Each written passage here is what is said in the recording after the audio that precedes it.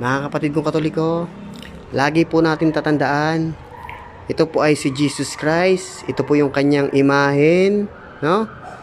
Ito po ay hindi po natin Diyos-Diyosan.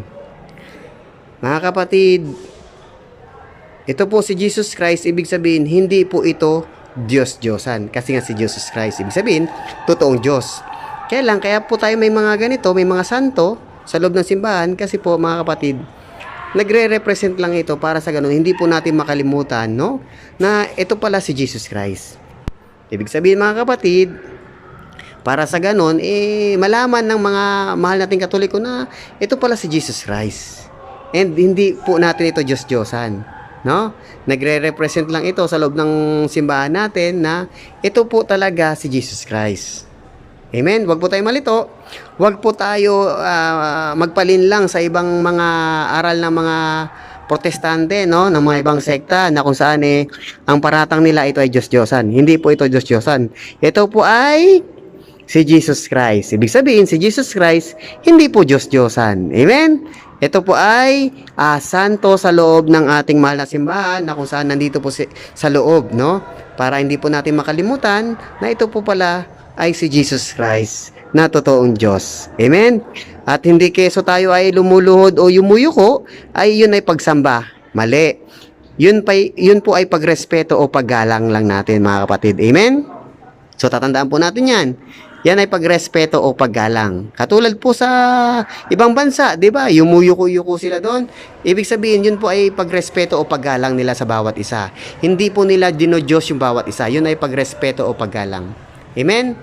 Kaya mga kapatid, huwag po natin paniwalaan yung mga paratang ng ibang sekta na kung saan ito ay Diyos-Diyosan. Tandaan po natin, si Jesus, ito po si Jesus, totoong Diyos. Yan po yung imahen ng ating mahal na Panginoong Jesucristo. Amen? Ito po ay mukha ni Jesus Christ na kung saan totoong Diyos. Yan po ay nagre-represent lang sa loob ng ating mahal na simbahan. Amen? At hindi po natin turo na kung saan yan ay ating Diyos-Diyosan.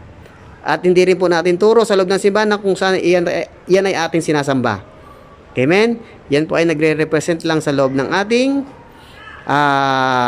sa loob ng simbahan natin. Amen? Parang si Jose Rizal, 'di ba? Pagka Rizal Day, yung ating mahal na presidente ng Pilipinas, 'di ba? Nag-aalay din ng for example, nag-aalay ng bulaklak. So hindi ibig sabihin yun ay ginodiyos na si Jose Rizal. Ibig sabihin, kaya nag-aalay dahil po doon sa ginawa ni Jose Rizal and hindi directly doon sa rebulto. Doon sa ginawa ni Jose Rizal at kay Jose Rizal mismo. Amen? Ganito rin po sa imahe ng ating mahal na Panginoong Jesucristo. Hindi po tayo diyan sumasamba at hindi po yan natin Diyos-Diyosan. Yan po ay nagre-represent lang na kung saan ay hindi po natin makalimutan na ito po pala yung mukha ni Jesus Christ at totoong Diyos. Amen? So, wag po tayo malito mga kapatid. Wag po tayo makinig doon sa mga protestante o sa ibang sekta para hindi po tayo malito. Mag-focus po tayo sa aral po natin sa Katoliko. Amen?